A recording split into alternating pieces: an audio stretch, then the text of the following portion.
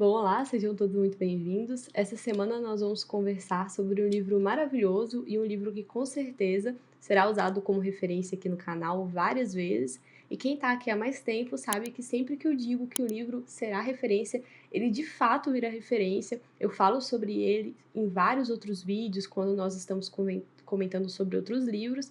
Então, se você ainda não teve a oportunidade de conferir A Insustentável Leveza do Ser, do Milan Kundera, eu sugiro que você confira, porque além de ser um livro maravilhoso, ele é um livro com gostinho agridoce, é aquele livro que vai te deixar um pouquinho incomodado, e também é um daqueles livros que vem aí na sequência de livros que eu fico me perguntando por que é que eu fui fazer isso com a minha vida.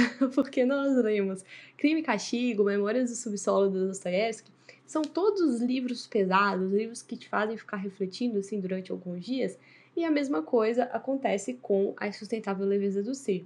E novamente eu caí em um desses livros de forma completamente aleatória, eu caí de paraquedas, porque eu já tinha tido uma experiência com A Insustentável Leveza do Ser lá na adolescência, mas não funcionou. Eu acho que na verdade o meu PDF estava meio quebrado e tudo, não tinha dinheiro para comprar livro na época. Então eu deixei para lá, mas eu lembrava assim do livro na minha cabeça, mas não tinha nenhuma expectativa de colocar ele assim na lista de livros a serem lidos em breve, até que eu caí no erro de assistir uma aula maravilhosa do Gustavo Malthaus, não sei pronunciar o sobrenome dele, vai ficar Malthaus mesmo. E nessa aula ele tenta entender o porquê que os discursos à esquerda seriam mais permitidos do que os discursos à direita. Que isso acontece, assim, eu acho que é um fato, você não precisa ser de direita para concordar comigo, porque a gente tem uma pessoa tipo a Manuela Dávila, que é membro do Partido Comunista do Brasil, se candidatando à vice-presidência do país, e tá tudo bem, ninguém questiona nada sobre isso, ela pode se autodeclarar uma comunista e tá tudo certo. Sempre que ela é questionada sobre os horrores cometidos pela ditadura cubana, pelo Mao Tse-tung, pelo Stalin, ela desconversa de uma forma brilhante, ela tem um dom assim de mudar de assunto para não falar sobre esse assunto específico. E tá tudo bem também, ninguém insiste para que ela se pronuncie com relação a isso. E ao mesmo tempo, nós tivemos aí recentemente um episódio que envolveu o Monark do podcast Flow, onde ele tentou argumentar uma liberdade de expressão muito extensiva que abarcaria, inclusive, os discursos de ódio, como, por exemplo, a existência de um partido nazista.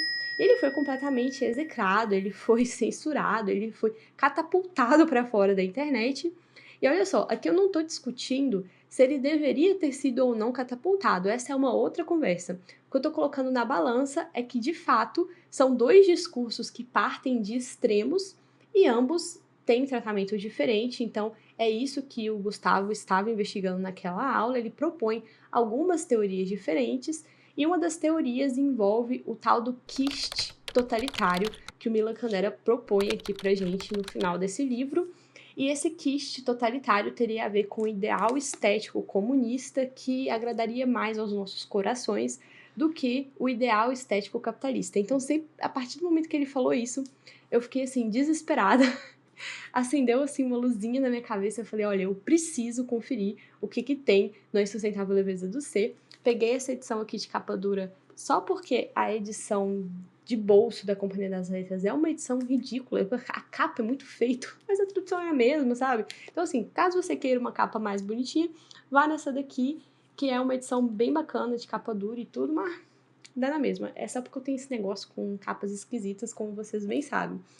Então, novamente de paraquedas, a gente tem essa narrativa sediada no contexto histórico da invasão da Rússia na Tchecoslováquia em 1968, e foi uma coincidência muito grande, porque também é um assunto muito atual, porque existem vários paralelos com a invasão da Rússia na Ucrânia atualmente, que está acontecendo agora, exatamente neste momento, o que me deixou assim bem embasbacada. Existem outros paralelos com os assuntos que nós estamos estudando aqui no nosso canal, e assim, tudo, as peças do quebra-cabeça se juntaram e tudo, então pega aí o seu whisky, o seu vinho, o seu café, se você quer entender como que essa bagunça se junta. Eu tô de férias ainda, eu devia estar tomando uma cerveja, mas tô tomando só uma água de novo nessa caneca aqui da Academia Bocol, que em breve estará disponível para vocês comprarem. E bora lá. Bom, aqui nós temos um livro que vai misturar a narrativa em si, né, a narrativa mesmo, nós acompanhamos a vida de mais ou menos 4 personagens principais, eu digo que são 3 personagens principais e um que tá ali cumprindo a cota, porque eu acho que o Franz o Franz nem deveria estar ali, sabe. Ele é aquele típico intelectual ocidental que, nossa senhora, ranço, sabe. Mas tá, o Franz também faz parte desses personagens principais, e eles vão viver as suas vidinhas ordinárias da forma mais ordinária possível, e eles vão cometer uma série de erros absurdos de relacionamentos amorosos, um mais errado do que o outro.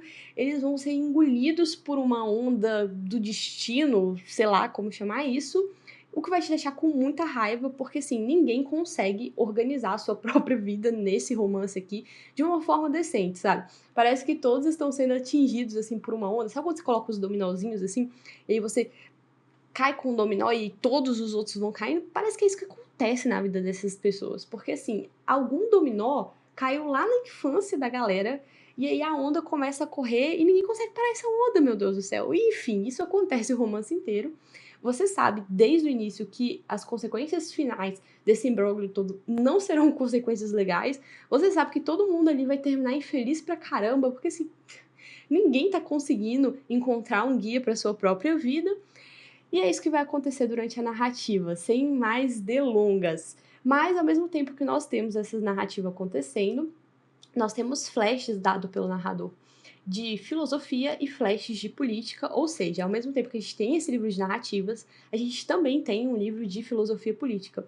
E o Milan Kundera consegue fazer isso de uma forma bem interessante, porque não fica pedante, não fica aquele livro chato que você tá vendo que o autor tá tentando forçar uma ideologia, ele não tem nada disso, porque as filosofias realmente se conectam com o estado da vida daqueles personagens. E tudo isso, todo esse caldeirão maravilhoso, dentro de uma narrativa que não é linear, então nós ficamos sabendo de coisas assim que vão acontecer só no final do negócio. Então você toma spoilers não só do livro da Ana Katarina do Tolstói, mas também da própria história do Milan Kundera. Você olha assim, é aquele cara que assiste filme com você, ele com certeza vai te contar o final do filme. Para mim funcionou muito bem, eu gostei bastante desse tipo de história não linear, mas eu acho que não deve funcionar para todo mundo. E nesse caldeirão todo acontecendo, como eu adiantei para vocês, durante os eventos que sucedem à Primavera de Praga, a invasão russa da Tchecoslováquia. E olha só, nós temos ali todo o cenário montado para a gente degustar um pouquinho do autoritarismo soviético novamente. E o que me deixa mais impressionada é que a gente degusta esse autoritarismo soviético depois da morte de Stalin. Então, um dos autores referenciados aqui pelo Milan Kundera é o próprio Alexander Solzhenitsyn. Vocês vão se lembrar que nós já conversamos assim exaustivamente sobre o Arquipélago Gulag, porque não tem como. Esse aqui é um dos livros que tem que fazer parte da sua formação. Você não vai deixar de ser um bocó se você não tiver essa leitura aqui no seu currículo.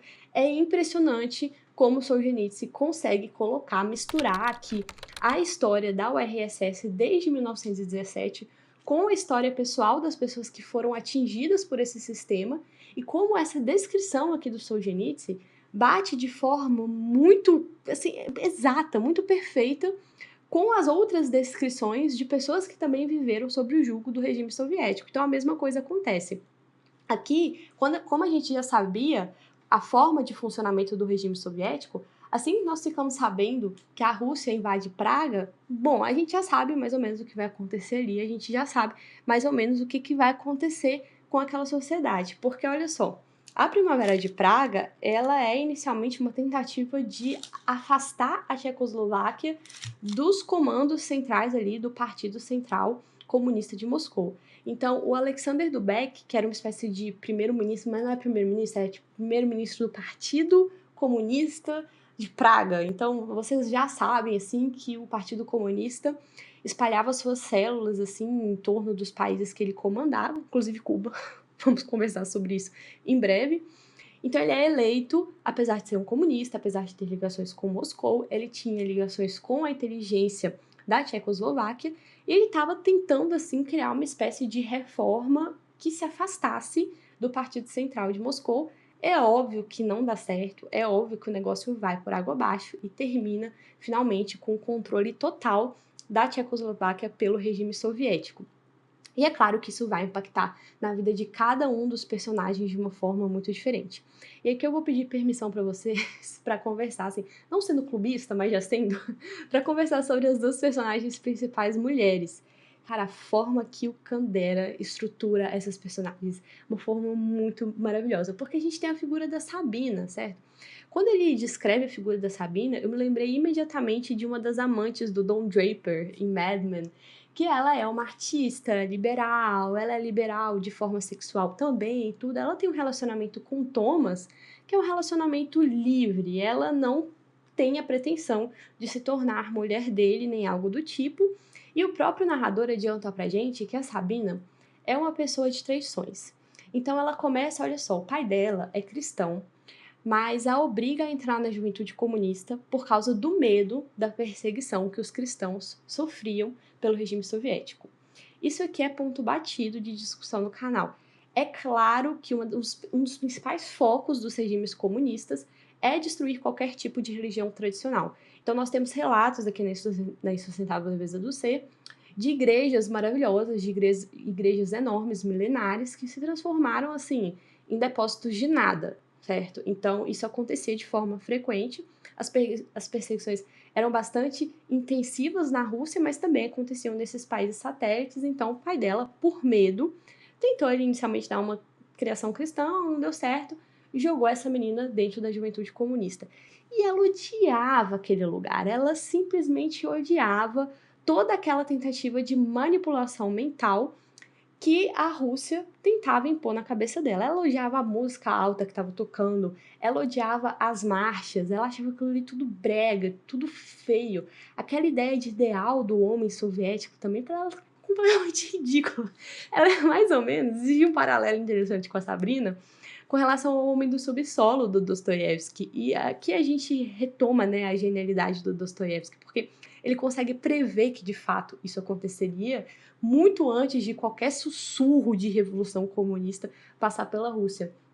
Mas o Dostoiévski prevê que sempre que você tentar colocar esse homem dentro dessas caixinhas, dentro desses quadradinhos, sempre que você tentar moldar uma espécie de sistema com base única e exclusiva na razão e tentar excluir tudo mal, todas as coisas ruins, todas as coisas sujas, toda a loucura que permeia a natureza humana, você chegará num sistema insuportável e que não vai funcionar de forma nenhuma. E uma das coisas que a Sabina fala sobre esse ideal do homem soviético é isso, ela, ainda bem que não funcionava, porque olha só, esse negócio esquisito que é o comunismo, essa fila enorme para pegar comida, essa fome constante, esses prédios decrépitos, isso eu posso aguentar.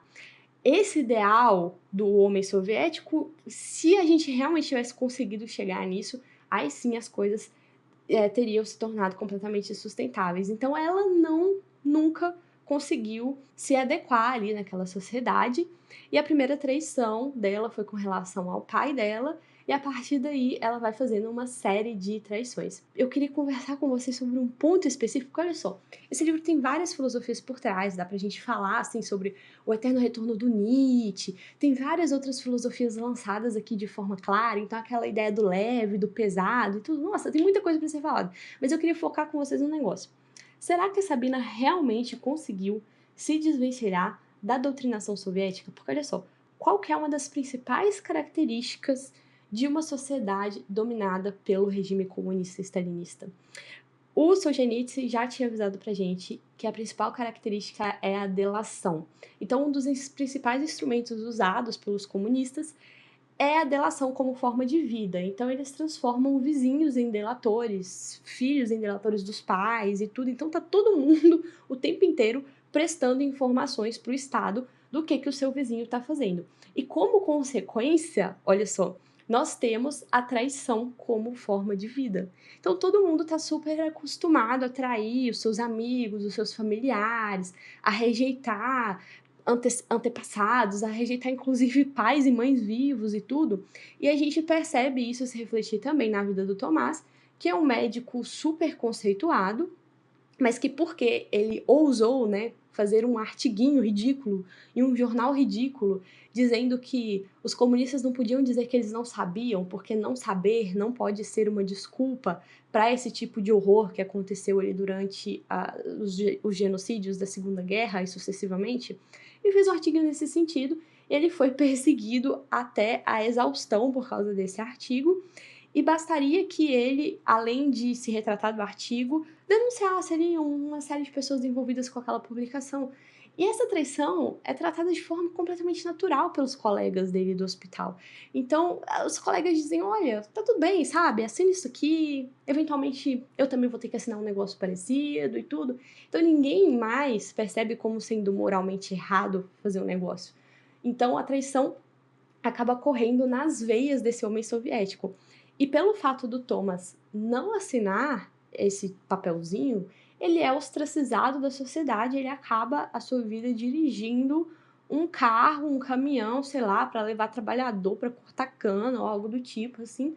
Um negócio completamente aquém das qualificações dele, porque ele era um médico cirurgião top de linha e vários outros intelectuais sofrem o mesmo tipo de ostracização. E aí a gente volta e se pergunta, quando a Sabina, ela vive a sua vida em uma série infinita de traições, então ela não consegue ficar com Thomas, depois ela não consegue ficar com Franz, depois ela foge para os Estados Unidos e começa a desenvolver uma fobia terrível da morte, então ela não quer morrer ali porque ela não quer ser enterrada, ela quer ser cremada, como se isso importasse no final das contas. Ela desenvolve esse medo terrível da morte, porque no final das contas ela não conseguiu preencher aquele vazio que estava dentro dela e ela não conseguiu se desvencilhar no finalzinho lá, tirando todas as camadas de mulher empoderada, que tem o domínio do seu corpo, que faz o que quer, a hora que quer. Ela não conseguiu se desvencilhar da principal característica do regime soviético, que é a traição. E, cara, isso é muito triste. Eu acho que isso é mais triste do que o final da outra personagem feminina, que é a Teresa. A Teresa já tá em outra ótica, ela tá, assim, em outra perspectiva, porque ela cresce em uma família completamente disfuncional. Na verdade, a mãe dela é uma das personagens mais eu acho que ela tá pau a pau, assim, com o pai dos Karamazov. Então ela tá, assim, bem. Os dois iriam se entender bastante. Que é aquele tipo de pessoa horrível que o projeto de vida não deu certo e aí fica descontando todas as frustrações nas costas da filha, que parece ser uma jovem bastante bonita. E a Teresa enxerga no amor uma forma de se livrar desse materialismo, dessa matéria podre que a mãe dela queria sufocá-la com isso. E é óbvio que ela carrega embaixo do braço o livro da Ana Karenina. E é claro que a principal ligação com relação a esse livro é também ao destino da Teresa, porque apesar da Teresa não ter o mesmo destino finalzão assim da Ana, ela acaba tendo uma vida meio que infeliz e meio que ela também não consegue se encaixar naquela atual sociedade. Porque no caso da Ana Catarina, nós temos uma mulher que não consegue se encaixar numa sociedade que exige fidelidade. No caso da Teresa, é o oposto. Nós já mudamos completamente dentro de 100 anos a moral da sociedade, e a moral da sociedade agora é que você não pode ser fiel, você deve ser infiel, e ela vive a vida inteira ali com essa briga. Só que o paralelo da Teresa com a Ana Catarina é muito mais profundo do que essa associação superficial. A Teresa, na verdade, ela também segue o ideal de amor platônico que o Tolstói usa para desenvolver os relacionamentos dos seus personagens lá. E ela é a única dessa bagunça toda que faz isso. Ela é a única que entende que o amor é uma forma de transcender, é uma forma de buscar o que é belo e é uma forma de buscar a sua própria imortalidade. Se você ainda não viu, confere lá rapidinho e volta.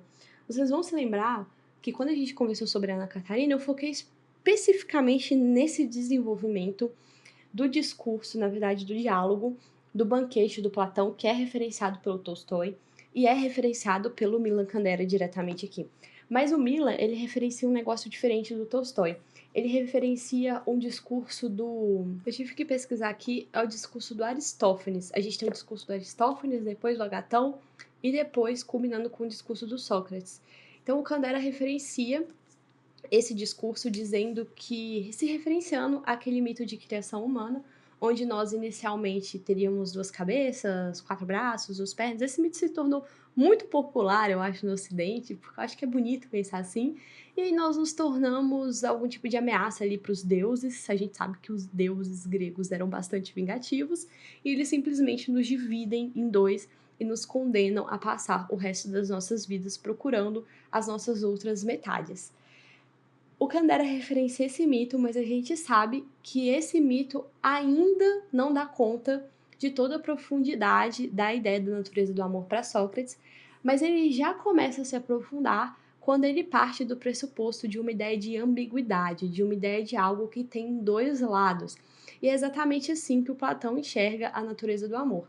Para ele, o amor é uma espécie de Deus, mas não é um Deus, a gente chama de um ser daimoníaco. Veja bem, não é demoníaco, é um daimon, que tem uma concepção ambígua, assim como o amor, que seria o responsável por fazer a ligação entre o mundo material e o mundo imaterial. Então, como nós somos dotados de uma alma imortal, sempre que nós vemos algo belo, algo que é digno de ser amado, começa a dar aquelas borboletas no estômago. Essas borboletas no estômago é nada mais nada menos do que a nossa alma se lembrando de um período onde nós ainda não tínhamos caído, onde nós não estávamos nesse mundo material cheio de sofrimento, cheio de dor, e quando a gente ainda compartilhava um mundo perfeito compartilhado pelos deuses. Então a gente se lembra dessa época, a gente vê algo que é bonito, e a partir daí a gente se aproxima desse algo que é bonito, porque nós queremos, em verdade, nos elevar, nós queremos que a nossa alma ganhe asas de novo e parta em direção ao divino.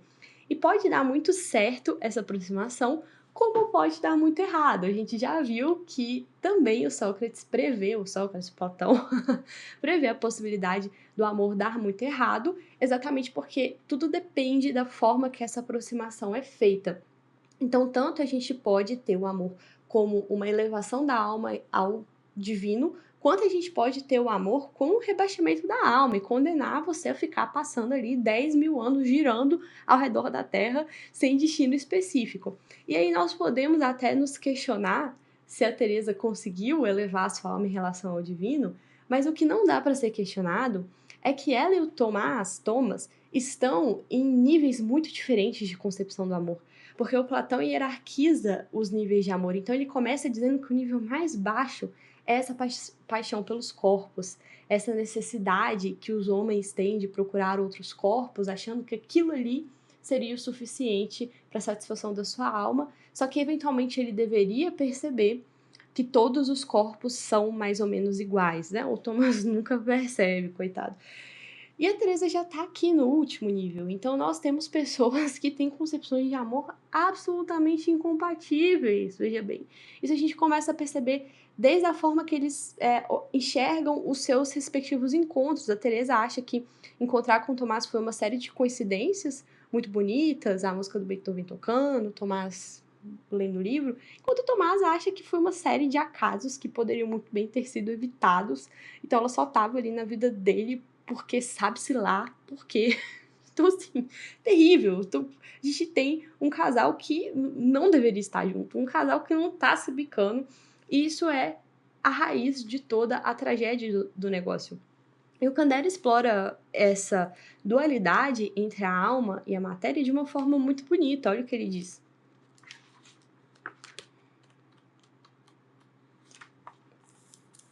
Que Teresa nasceu, portanto, de uma situação que revela brutalmente a inconciliável dualidade entre o corpo e a alma, essa fundamental experiência humana. Outrora, o homem ouvia com assombro o som de batidas regulares que vinham do fundo do seu peito e se perguntava o que seria aquilo. Não podia se identificar com uma coisa tão estranha e desconhecida como o corpo. O corpo era uma gaiola e dentro dela, uma coisa qualquer olhava, escutava, tinha medo, pensava e se espantava. Essa coisa qualquer, essa sobra que subsistia, deduzido o corpo, era a alma. Hoje, é claro, o corpo deixou de ser um mistério. Sabemos que o que bate no peito é o coração, que o nariz nada mais é do que a extremidade de um tubo que sai do corpo para levar oxigênio aos pulmões. O rosto nada mais é que o painel em que terminam todos os mecanismos físicos, a digestão, a visão, a audição, a respiração, a reflexão. Depois que o corpo do homem conseguiu nomear todas as partes do corpo, o corpo o inquieta menos. Atualmente, cada um de nós sabe que a alma nada mais é que a atividade da matéria cinzenta do cérebro. A dualidade entre a alma e o corpo foi dissimulada por termos científicos, e hoje não passa de um preconceito fora de moda que só nos faz rir. Mas basta amar loucamente e ouvir o ruído dos intestinos para que a unidade da alma e do corpo, ilusão e lírica da era científica, imediatamente se dissipe.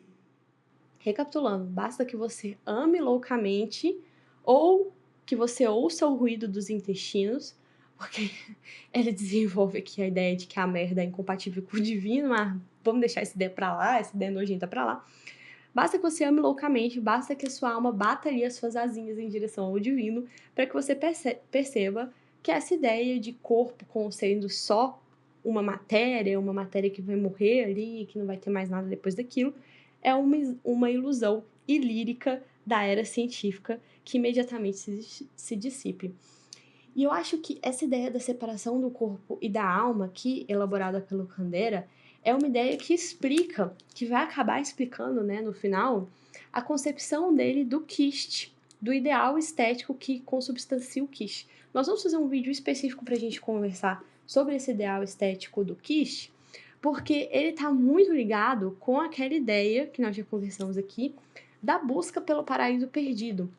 E aí a gente tem na figura do personagem Franz, o ocidental ridículo lá, o inteligentinho ridículo, essa ideia da grande marcha, esse ocidental que está em busca de algo que foi perdido. E ele nem sabe o que é que foi perdido. Ele acha que ele encontrou na Sabina esse ideal, mas é claro que ele não encontrou na Sabina de forma nenhuma. Na verdade, ele está reproduzindo algo que é muito mais profundo, algo que é muito antigo, que é essa sensação humana de estar sempre vagando em direção alguma, que foi o que nos condenou à nossa perda do paraíso lá no Gênesis da Bíblia, ou lá na teoria do Platão da queda literal, porque para o Platão a nossa alma caiu literalmente. Então, parta você dessa concepção grega, parta você dessa concepção judaico-cristã, você tem que concluir a mesma coisa, que somos, que temos essa dualidade de corpo e de alma, que está eternamente buscando alguma coisa que nós ainda não sabemos o que é, mas que muito provavelmente é essa ideia de paraíso perdido. E olha só, novamente, vou falar a mesma coisa que eu falei sobre o livro da Ana Catarina, isso aqui é só um gostinho. É um gostinho que não chega nem próximo das loucuras que tem dentro dessa narrativa. Então esse livro vai voltar, provavelmente vai voltar quando nós conversarmos sobre o existencialismo cristão do Kierkegaard, quando nós conversarmos sobre a ideia do Kierkegaard relativa ao amor e à formação da personalidade. Então não deixe de colocar esse livro aí na sua lista de próximos lidos a serem livros. E eu espero ver vocês em breve. Até o próximo vídeo.